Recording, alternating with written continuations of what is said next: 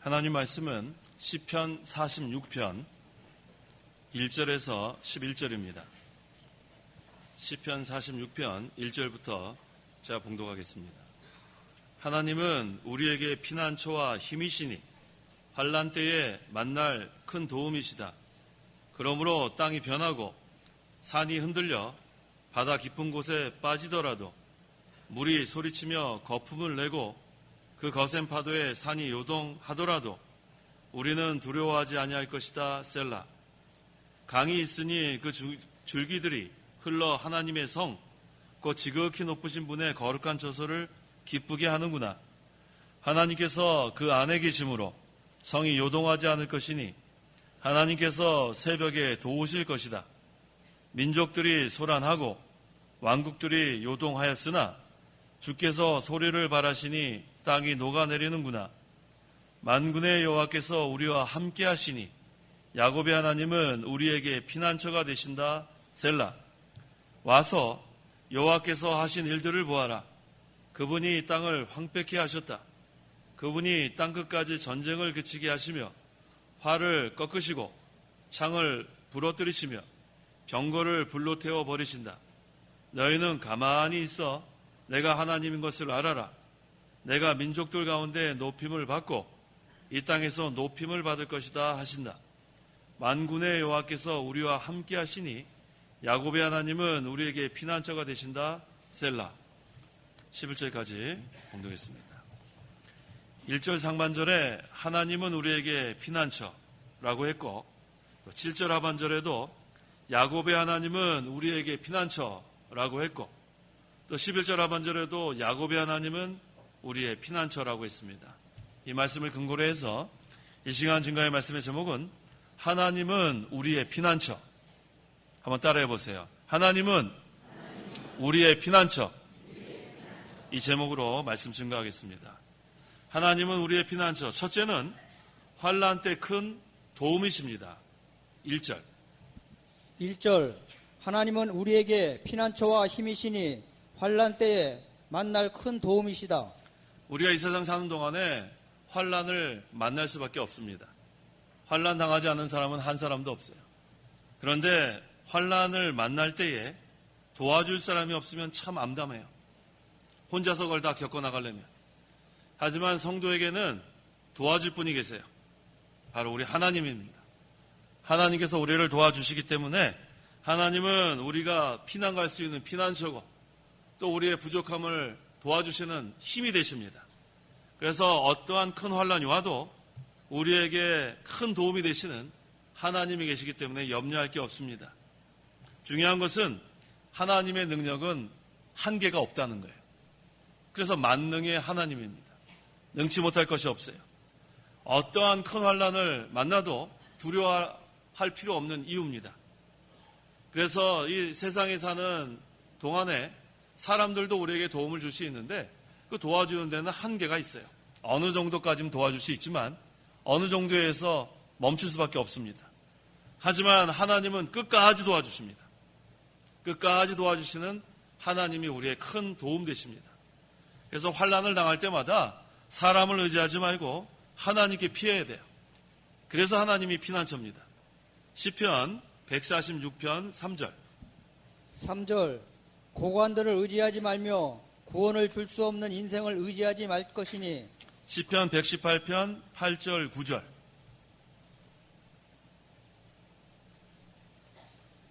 여호와께 피하는 것이 사람을 신뢰하는 것보다 낫고 여호와께 피하는 것이 권세 있는 자를 의지하는 것보다 낫다라고 했습니다. 고관들을 의지하지 말며라고 했죠. 세상에 권세를 갖고 있는 사람들 어느 정도는 도와줄 수 있을지 몰라요. 하지만 끝까지 도와줄 수는 없습니다. 마지막에 결과는 하나님이 정하시기 때문에 세상에 높은 지위에 있는 사람들 어느까지는 도와줄 수 있을지 몰라요. 하지만 끝까지 도와줄 수는 없습니다. 그래서 구원을 줄 수 없는 인생을 의지하지 말라고 했고 또 여호와께 피하는 것이 사람을 신뢰하는 것보다 낫고 또 여호와께 피하는 것이 권세 있는 자를 의지하는 것보다 낫다고 했어요.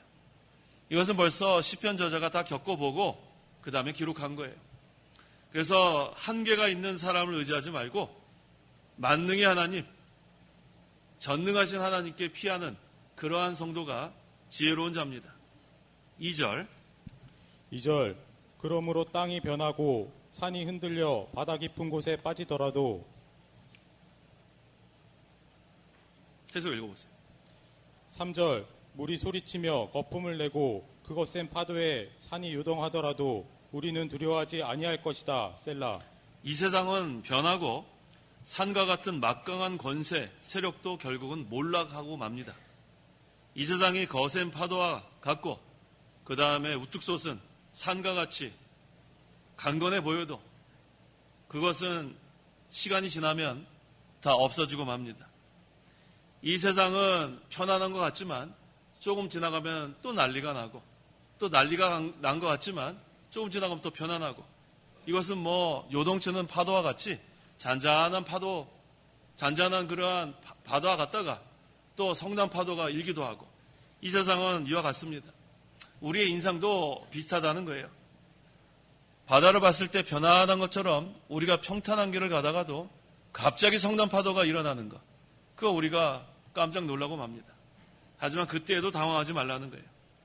그 풍랑을 보면서 두려워하지 않을 것은 하나님이 우리의 피난처이기 때문에 두려워하지 말라는 겁니다. 베드로가 예수님을 바라봤을 때는 물 위도 걸어갈 수 있었습니다. 하지만 성난, 풍랑을 바라봤을 때는 물에 빠지고 말았어요. 우리의 인생이 이와 같습니다. 예수님만 바라보고 하나님을 우리의 피난처로 삼고 나가면 초자연적인 역사도 일어날 수 있어요. 하나님이 역사하시면. 하지만 세상을 바라보고 두려워하고 여러 가지 환난을 통해서 낙심하고 그 다음에 위축이 되면 그 다음에 물에 빠지는 것처럼 우리가 쓰러지고 마는 거예요. 그만큼 우리가 연약합니다. 그래서 어떠한 천재지변이 있고 또 전쟁이 나고 또 기근이 있다고 할지라도 성도는 두려워할 필요가 없어요. 피할 곳이 있기 때문에.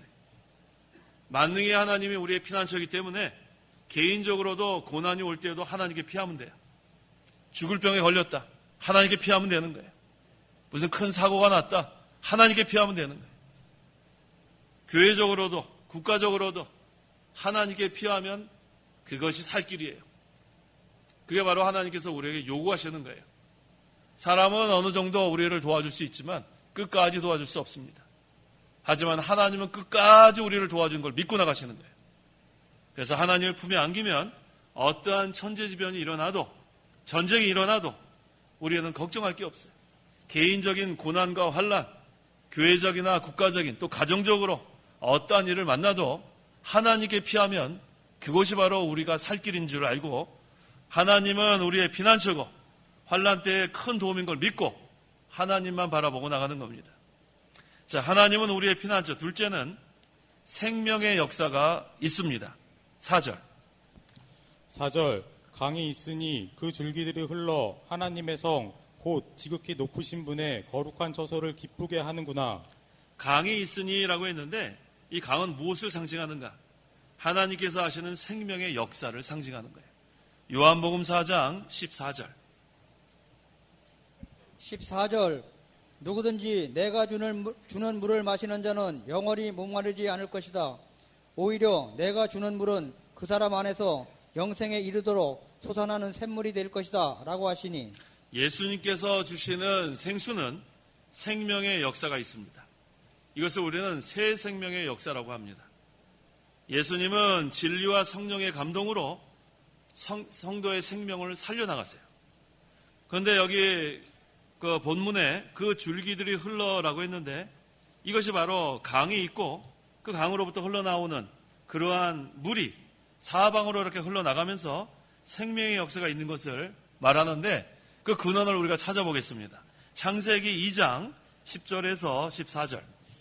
10절 강이 에덴에서 나와 동산을 적시고 거기서부터 갈라져 네 개의 근원이 되었으니 첫째 이름은 비손인데 금이 있는 하윌라 온 땅에 감돌았고 그 땅의 금은 순금이며 거기에는 수정과 호마노도 있었다. 둘째 강의 이름은 기온인데 구스 땅에 감돌았고 셋째 강의 이름은 티그리스인데 그것은 아시리아 동쪽으로 흘렀고 넷째 강은 유브라테스였다. 이 강이 에덴에서 나왔다고 했는데 이 바로 하나님께서 여기서 시작하시는 거예요. 하나님께서 하시는 생명의 역사가 이곳에서 시작된 겁니다. 그 이유는 에덴 동산은 하나님께서 계시는 곳이기 때문에 하나님은 만복의 근원이고 또 생명의 근원이십니다.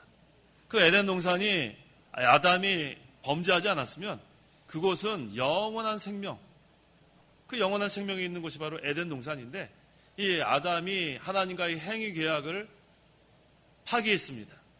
하나님이 선악과를 따먹지 말라고 했는데 그 선악과를 따먹었어요.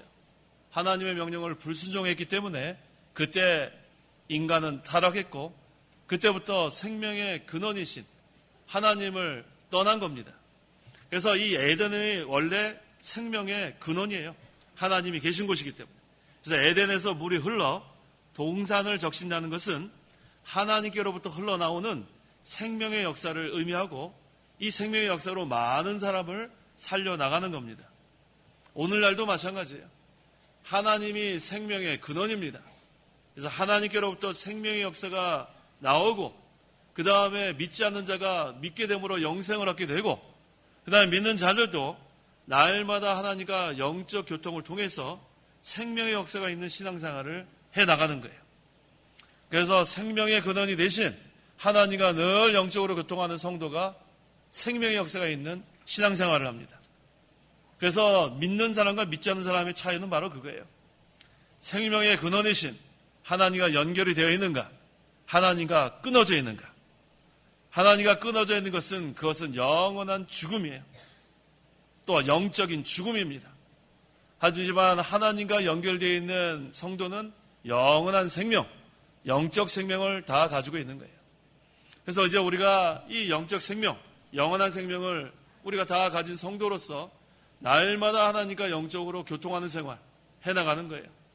날마다 하나님과 기도를 통해서 영적 교통하고 또 이 예배 시간을 통해서 하나님과 영적 교통을 하고 늘 하나님과 동행하면서 하나님과 함께 한 걸음 한 걸음 나가면 그게 날마다 우리에게는 생명의 역사가 있는 그런 신앙생활을 하게 됩니다.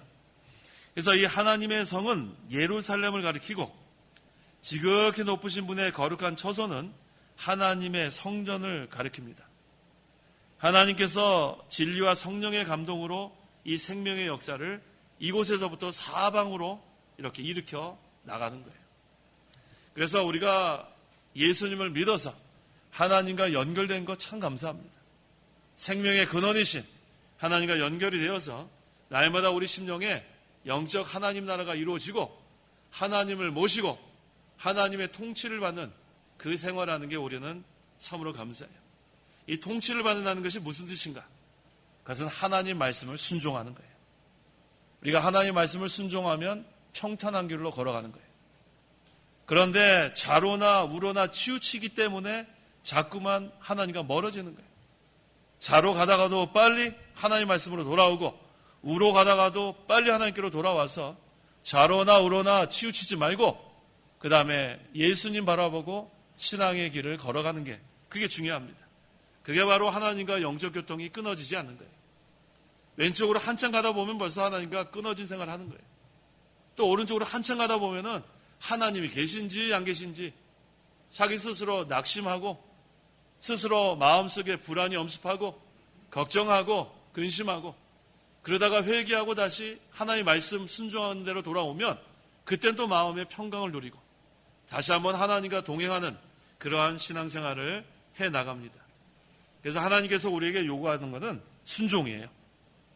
하나님이 제일 기뻐하는 것이 순종입니다. 그래서 순종하는 것이 제사보다 낫다고 했어요. 순종하는 것이 하나님 제일 기뻐하는 거예요. 제사보다 낫고 예배보다 더 나은 거예요. 우리 마음에 순종하는 마음, 하나님이 이걸 보십니다. 사람은 외모를 보지만 하나님은 우리의 순종하는 마음, 그거 하나 보는 거예요. 그래서 순종하는가 안 하는가.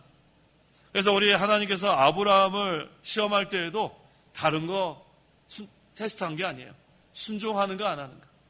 네가 하나밖에 없는 외아들 이삭을 하나님께 바치라고 했는데 그것을 순종하는가 안 하는가 그거 하나 하나님께서 보려고 테스트한 겁니다.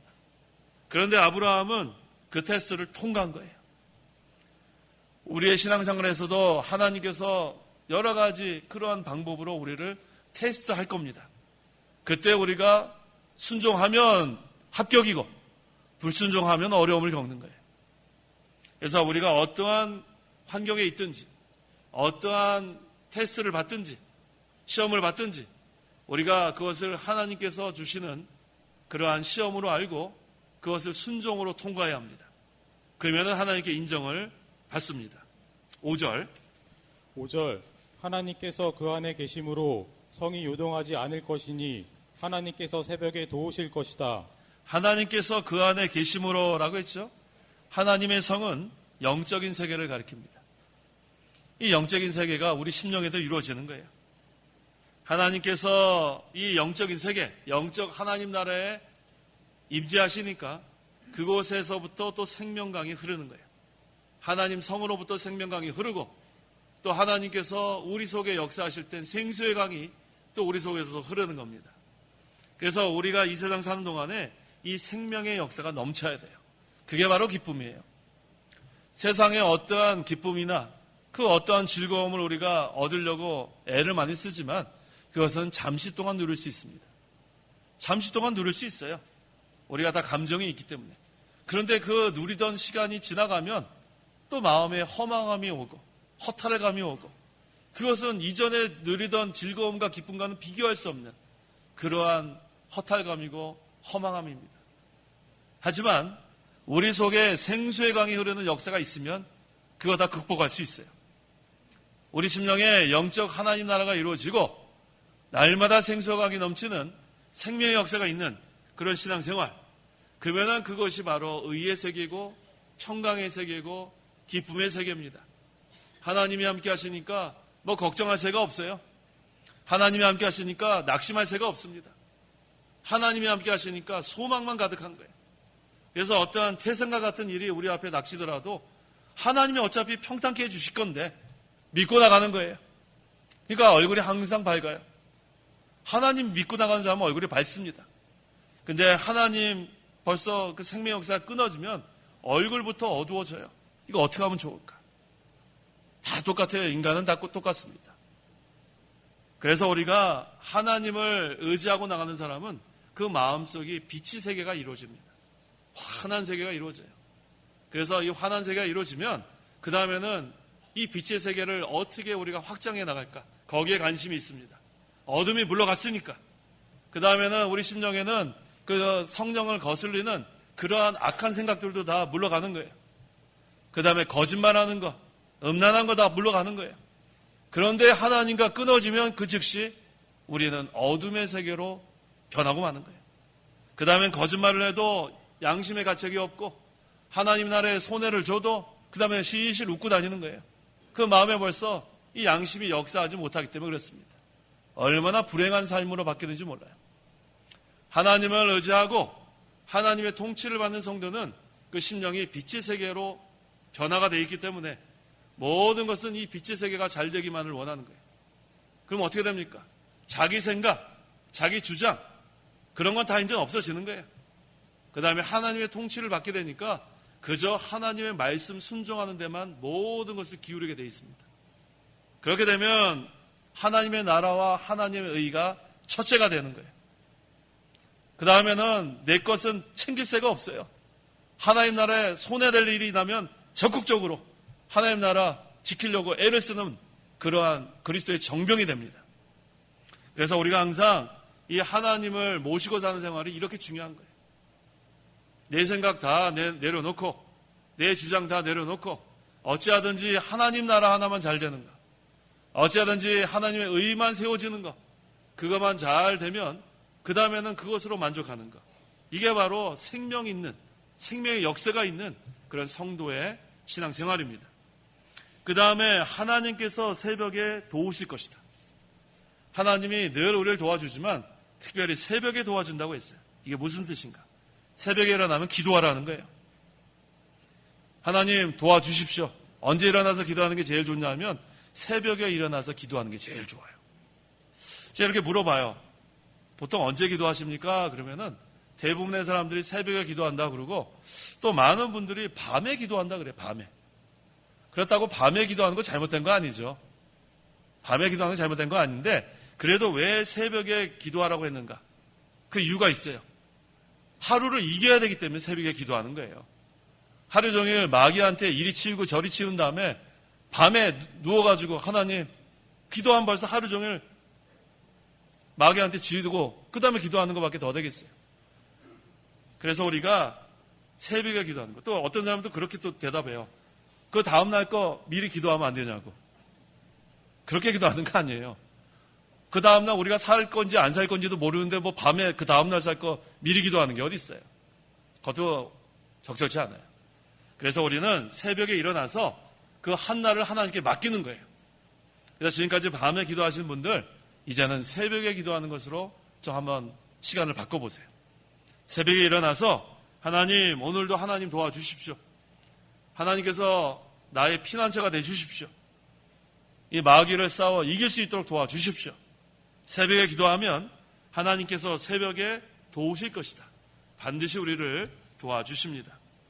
그 다음에 하나님께서는 잠깐 우리에게 잘못할 때 노여워하실 때가 있는데 근데 그 노여움은 얼마 가지 않아요.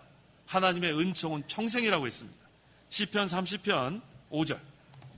5절 주님의 노여움은 잠깐이고 주님의 은총은 평생이다. 저녁에는 눈물이 머물더라도 아침에는 기쁨이 올 것이다. 성도가 하나님께 잘못할 때는 하나님이 노하시고 징계하실 때가 있어요. 그런데 그건 잠깐이라고 했어요. 우리가 하나님 용서해 주세요. 하나님 불쌍히 여겨주세요. 잘못했습니다. 회개하면 하나님은 사랑과 은총이 충만하시기 때문에 하나님의 은총은 평생이라고 했어요. 그게 바로 우리 하나님이에요. 주님의 노여움은 잠깐이나 주님의 은총은 평생이다. 하나님께서 우리가 잘못하면 징계하는 게 그게 감사한 거예요. 징계할 때 하나님께 돌아가서 바로 서면 또 하나님 우리 품어주시고 용서해 주시고 또 우리를 안아주시고 하나님의 은총은 평생이라고 했습니다. 그 다음에 또 뭐라고 했어요? 밤새 걱정하다가도 아침에 일어나면 또 기도하는 거예요. 이리 뒤척 저리 뒤척 그렇게 하다가도 또 새벽에 하나님 나 도와준다 그랬지. 그럼 또 새벽에 일어나서 하나님께 기도하면 언제 우리가 뒤척였는지 생각도 안 나는 거예요. 그냥 뭐라 그랬어요? 저녁에는 눈물이 머물더라도 아침에는 기쁨이 올 것이다. 하나님은 이와 같이 우리를 돌봐주십니다. 하나님만 우리의 피난처예요. 하나님께 머물고자 하는 자는 이와 같은 복을 주십니다. 하나님의 징계를 받더라도 저녁에는 눈물을 흘리더라도 아침에는 기쁨을 주시는 하나님. 회개하면 유쾌한 날을 주시는 하나님. 하나님의 징계를 받을 땐 너무너무 무서워서 잠깐 눈물을 흘릴 때도 있어요. 하지만 하나님이 용서해 주십시오. 제가 다 잘못했습니다. 바로 서겠습니다. 그러면은 그거 전부 다 하나님이 벌써 다 눈물 닦아주시고 하나님의 은총이 평생 우리와 함께 하시는 것. 너무 감사해요. 그래서 성도 여러분, 새벽 시간에 하나님께 나와 기도하는 것, 그게 우리의 특권이에요. 예배당 가까운 데 사시는 분은 예배당 나와서 기도하는 거 좋고 또 멀리 계시는 분은 기도처를 한 군데 정해놔요. 그래서 시간은 새벽에 정해놓으세요. 새벽에 정해놓고 그 다음에 하나님께 기도하면 저녁에 눈물을 흘리던 사람도 새벽에 기도할 때는 기쁨을 주시는 하나님. 하나님께서 새벽에 도우실 것이다. 이 말씀을 믿고 우리가 기도하시기 바랍니다. 자, 하나님은 우리의 피난처. 셋째는 하나님께서 함께 하십니다. 7절. 7절 만군의 여호와께서 우리와 함께 하시니 야곱의 하나님은 우리에게 피난처가 되신다. 셀라. 자, 하나님이 우리와 함께 하십니다. 자, 언제 함께 하시는가? 그 6절에 민족들이 소란하고 왕국들이 요동하였으나 주께서 소리를 발하시니 땅이 녹아내리는구나. 민족들이 소란하고 또 왕국들이 요동칠 때가 많이 있어요. 또 하나님의 구원운동을 방해할 때도 있습니다. 하지만 하나님의 구원운동을 방해하는 세력들은 다 하나님께서 심판하십니다. 다 녹아내린다고 했죠? 그런데 모든 것은 하나님이 정한 때가 있습니다. 또 하나님의 방법이 있어요. 하나님께서 이 악한 자들 여러 가지 수단과 방법 사용해서 하나님의 나라를 요동케 하려고 하고 하나님의 종을 괴롭히려고 하지만 그거 얼마 못 가요. 그게 간악한 자들의 그러한 술수는 얼마 못 갑니다. 그래서 하나님께서 정하신 때를 우리가 항상 기다리는 거 중요한 거예요. 하나님, 저 악한 자들을 왜 그냥 놔둡니까? 하박국 선지자가 물어봤죠. 왜? 폭력입니다. 왜 그냥 놔둡니까? 저 악한 자들 당장에 좀 어떻게 좀 하나님 손을 댔으면 좋겠습니다. 하지만 하나님께서 뭐라고 대답하셨냐면 잠잠히 기다리라는 거예요. 잠잠히 기다려라. 인간의 방법으로 대항하지 말고 하나님의 방법으로, 하나님께서는 공의의 하나님이기 때문에 의인은 세워나가고 불의한 자들은 반드시 심판하게 돼 있어요. 그래서 우리는 조급할 것도 없습니다. 그저 자기의 위치에서 하나님을 바라보고 하나님을 피난처로 삼고 어떠한 환난과 고난을 당해도 흔들리지 않으면 되는 거예요. 악한 자들은 어떠한 관계를 써도 하나님께서 정하신 때가 되면 다 멸망하게 돼 있고 하나님의 의인은 서게 돼 있는 거예요. 그게 바로 하나님의 정하신 때와 하나님의 방법을 믿는 신앙입니다. 여기 만군의 여호와는 군대의 하나님을 여기서 의미합니다. 또 다른 말로는 능력의 하나님. 우리가 어려움을 당할 때 이거 어떻게 하면 좋을까? 그때는 만군의 하나님이 도와주시는 거예요. 군대의 하나님, 능력의 하나님, 만능의 하나님. 우리가 인간의 힘으로는 도무지 안 될 것 같지만 그때는 만군의 하나님이 역사하십니다. 불병과 불말을 보내주시는 하나님이에요. 아무리 대군이 쳐들어와도 하나님께서, 만군의 하나님께서 역사하시면 다 물리칠 수 있습니다. 그래서 어떠한 환난을 당해도, 우리의 힘으로 감당하기 어려운 환난을 당해도 만군의 여호와 하나님께서 역사하시면 능히 이길 수 있는 걸 믿고 염려하면 안 돼요. 만군의 여호와가 우리의 피난처입니다. 또 여기 야곱의 하나님이라 했죠. 야곱의 하나님. 여기 아까 보니까 7절에도 야곱의 하나님은 우리에게 피난처가 되신다. 11절에도 야곱의 하나님은 우리에게 피난처가 되신다. 이 야곱은 누구를 의미하는가? 택한 백성을 의미하는 거예요. 여기 모이신 우리 성도들을 의미합니다. 그래서 이사야 43장 1절에 야곱아 너는 내 것이다. 이것은 바로 이 야곱에다가 우리 이름을 넣으면은 딱 맞는 거예요. 야곱아 너는 내 것이다. 거기 야곱에다가 자기 이름 한번 넣어보세요. 자기 이름 넣어서 넌 내 것이다. 시작. 자기 이름 내려니까 자기 이름이요. 자, 자기 이름, 야곱아가 아니고 자기 이름. 시작. 창훈아 너는 내 것이다. 자기 이름 넣었어요? 네. 이게 얼마나 감사해요. 그러니까 야곱의 하나님은 누구 하나님이에요? 자기 이름 한번 넣어봅시다. 야곱의 하나님 하지 말고 누구 하나님. 시작. 네. 야곱의 하나님 바로 거기다 자기 이름 넣으면 되는 거예요. 나의 하나님. 감사하죠? 한번 같이 해봅시다. 나의 하나님. 얼마나 좋아요. 우리는 여기 야곱의 하나님이라 했는데 나의 하나님은 나의 피난처가 되신다. 얼마나 힘이 납니까? 오늘 아침에 이거 하나만 우리가 갖고 가도 힘이 나는 거예요. 나의 하나님은 나의 피난처가 되신다. 자, 8절에서 9절. 8절 와서 여호와께서 하신 일들을 보아라. 그분이 땅을 황폐케 하셨다. 그분이 땅 끝까지 전쟁을 그치게 하시며 활을 꺾으시고 창을 부스러뜨리며 병거를 불로 태워버리신다. 와서 하나님의 심판을 보라는 거예요. 성도는 잠잠히 하나님이 하시는 일을 보면 됩니다. 악인들이 일시적으로는 잘하는 것 같죠? 일시적으로는 많이 모여가지고 뭐 이런저런 일을 해 나가는데 그거 부러워할 거 없어요. 그거 부러워할 거 없습니다. 악한 자들의 그러한 그 목적이 악한 목적이면 수가 많아도 그건 한순간에 멸망당하게 돼 있어요. 하지만 하나님의 진리를 세워나갈 땐 수가 적어도 평생 가는 거예요. 그걸 믿고 나가시면 돼요.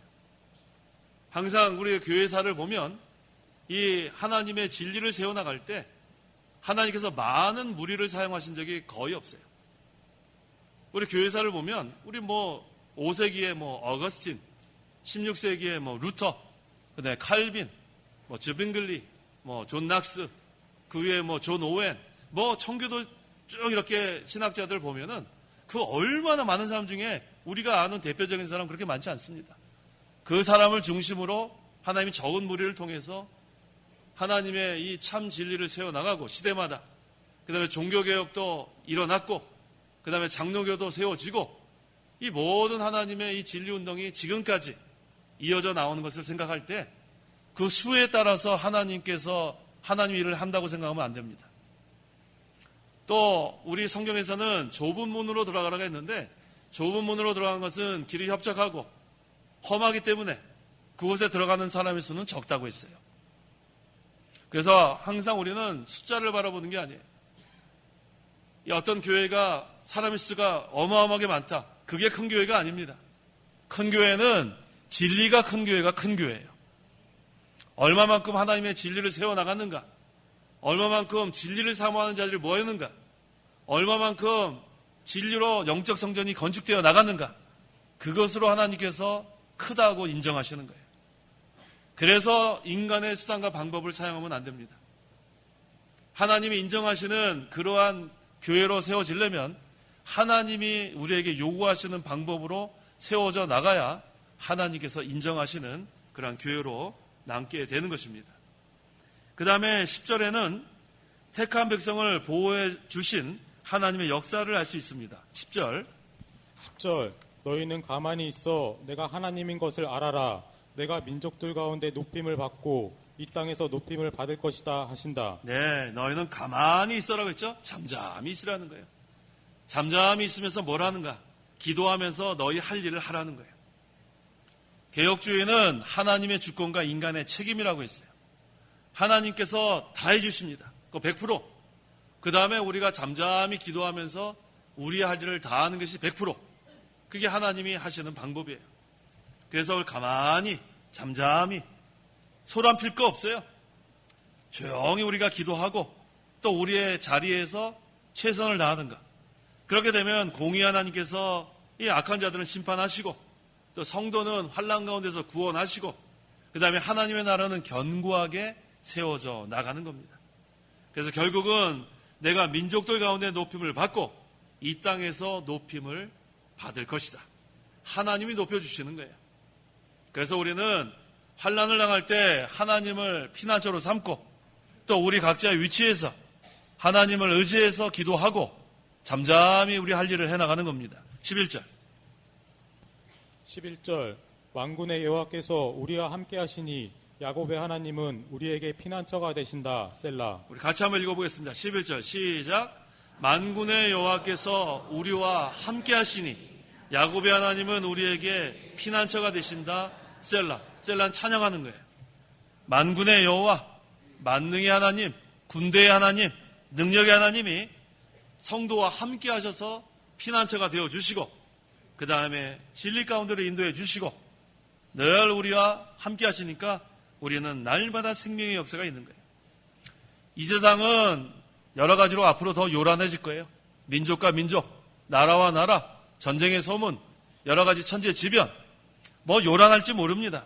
하지만 성도는 그거 다 알고 있어요. 말세의 징조인 것을 알고 있고 우리는 그저 하나님을 피난처로 삼으면 돼요. 얼마나 편안합니까? 미리 다 알고 있는데 우리가 미리 다 알고 있으면은 그 다음에는 긴장감도 별로 없어요. 우리 이번에 보니까 그 미국의 그 월드 시리즈, 뭐 메이저리그 안 좋아하시는 분들은 그냥 관심 없어도 돼요. 우리 보통 남자들은 미국의 그 메이저리그 그 월드 시리즈에 관심이 많아요. 근데 이번에 보니까 7차전까지 갔더라고요. 7차전까지. 그래서 마지막 순간까지 얼마나 손에 땀을 쥐었나요? 땀을 쥐면서 결과가 어떻게 될지 몰라요. 모르는 사람들은 그래요. 결과를 모르니까. 그런데 재방송 보는 사람들은 그냥 보는 거예요. 아, 저렇게 되겠다. 저렇게 되고 이제 저렇게 될 거야. 마음이 어때요? 긴장감이 어딨어? 편안해요. 아, 저번에 이제 누가 이제 타자가 치고 이제 홈런 치고 아, 저기서 아웃될 거야. 다 알고 있으니까 뭐 편안한 거 아니에요? 그런 거 마찬가지예요. 우리는 하나님께서 말세의 징조를 다 우리에게 보여주셨어요. 편안한 가운데 어떻게 될 것을 다 알고 있기 때문에 우리는 무엇을 하면 되는가? 우리는 잠잠히 하나님이 정하신 때를 기다리면서 하나님께서 하시는 구원의 역사를 바라보면서 우리의 자리에서 하나님께서 우리에게 맡기신 사명을 잘 감당하면 돼요. 세상은 요란하지고 또 세상은 요동치지만 그것에 우리는 흔들거리면 안 돼요. 진동하지 않는 하나님의 나라가 우리 심령에 임하고 우리 교회에 임해서 항상 우리는 하나님을 피난처로 삼고 우리의 할 일을 하나님 의지해서 나가면 우리가 진리도 세워나가고 하나님께서 우리에게 요구하시는 그러한 요구를 잘 순종해 나갈 수 있습니다. 기도하십시오. 기도하겠습니다. 하나님 아버지 감사합니다. 화물가저로 영원히 죽어 지옥 갈 죄인들을 하나님께서 구원하여 주시고 하나님께서 이 세상 사는 동안에 우리의 피난처가 되어 주셔서 어떠한 어려움을 당하고 환난을 당할지라도 우리의 든든한 피난처가 되어 주신 하나님 참으로 감사합니다. 하나님께서 우리에게 요구하시는 것은 순종이라 했사오니 이제 우리의 생각이나 우리의 주장, 우리의 방법은 다 내려놓고 하나님께서 우리에게 원하시는 대로 하나님의 정하신 때를 바라보며 잠잠히 하나님의 방법대로 우리가 순종해 나갈 때에 하나님께서 기뻐하시는 영적 성전 잘 건축할 수 있도록 도와주시옵소서. 세상은 앞으로 더 요란하고 요동칠지 모르지만 하나님께서는 이 말세의 징조를 우리에게 다 보여주었사오니 우리의 심령에 영적 하나님 나라가 이루어져서 진동하지 않는 나라가 이루어져서 또 우리 교회에 진동하지 않는 영적 하나님 나라가 이루어져서 우리가 요동치 아니하고 하나님의 그러한 정하신 때를 바라보고 하나님 의지해서 우리의 자리에서 각자 맡은 그러한 사명 죽도록 충성하는 제 모든 성도 될 수 있도록 함께하여 주시옵소서. 예수님의 이름으로 기도하옵나이다. 아멘. 찬송가 1장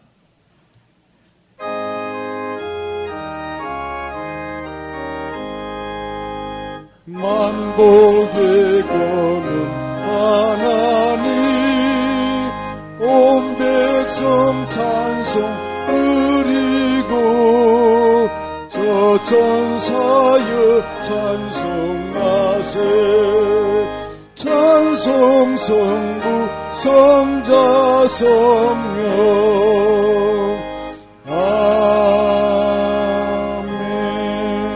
아멘. 축도하겠습니다. 주 예수 그리스도의 은혜와 하나님의 사랑과 성령의 교통하심이 이 시간 하나님께 나와 예배하는 온 성도와 함께 있을지어다. 아멘.